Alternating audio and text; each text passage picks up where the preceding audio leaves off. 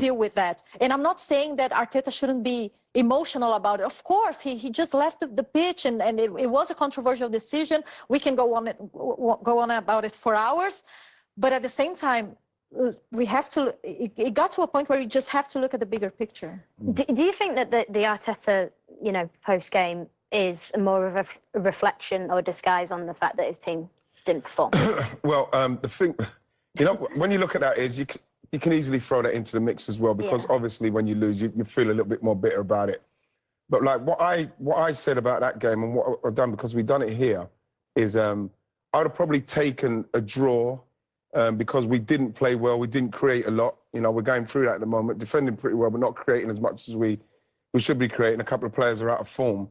So I think that the disappointment from him comes from a resolute kind of performance that maybe could have deserved a draw, and then you lose in that fashion.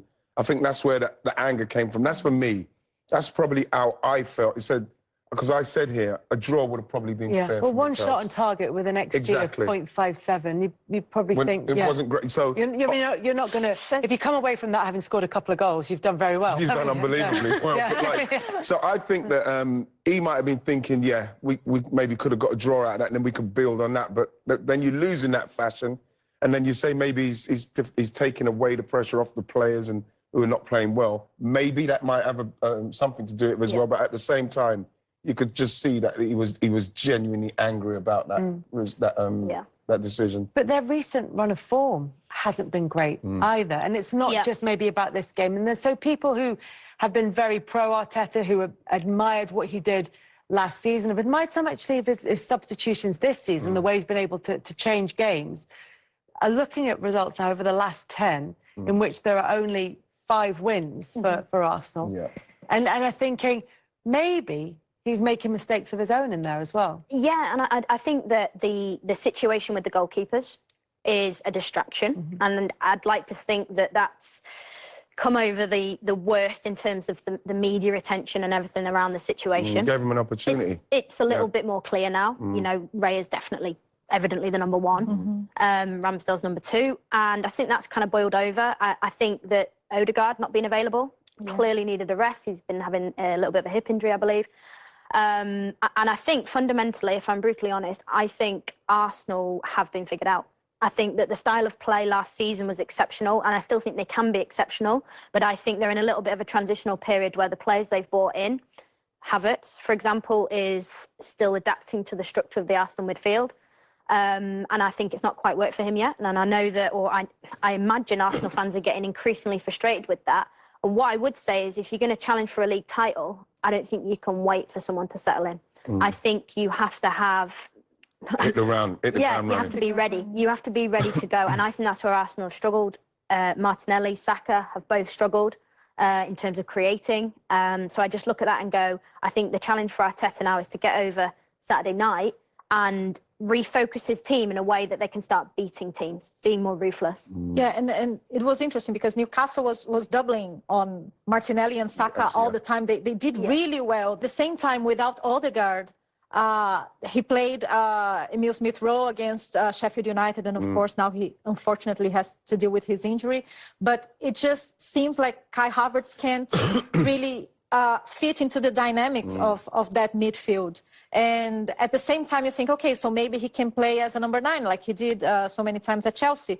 But Nketiah did so well against Sheffield United. So there are a few things you need to figure out. And on the other side, you have to give it to Newcastle because they've been dealing with so many injuries and they just embrace this, whether you like it or not, they just embrace really well this fighting spirit. When they find themselves in these type of situations, either if it's Champions League against PSG at St. James Park or against Arsenal home again. So they really embrace that and they make it their own. It is a worry to watch us, the way we play at the moment, Kels, because it's very easy to, you know, by the time the ball gets to Saka, by the time it gets to Martinelli, they are doubled up on and they have to come back and they have to try and regurgitate the ball and go through. We're not making enough, we're not creating enough through the middle. I think Thomas Partey's injuries, you know, injury has been a massive blow to us. Zinchenko's form dropping off, missing Xhaka, the way Xhaka was, and how he helped him. I think we're missing that dynamic in the game. Obviously, Martin Odegaard's form through this hip injury. he's fallen off a little bit.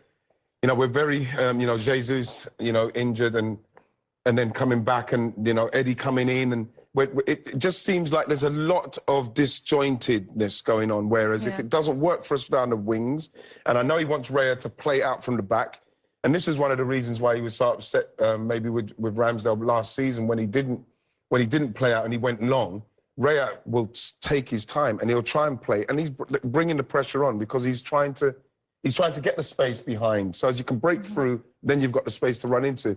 And like you said, I don't know if they've totally worked it out, but you need players in form playing the system. Otherwise, you know, teams can shut you down like Newcastle did. Yeah, and this is why I'm so frustrated with Havertz, because not only he has experience in the league, everybody talks about his football brain. All the managers who worked with him and who coached him, everybody talks about his commitment and how he has such a great football brain. He really reads well the game, and we don't see this happening. I'm not seeing it up to this point.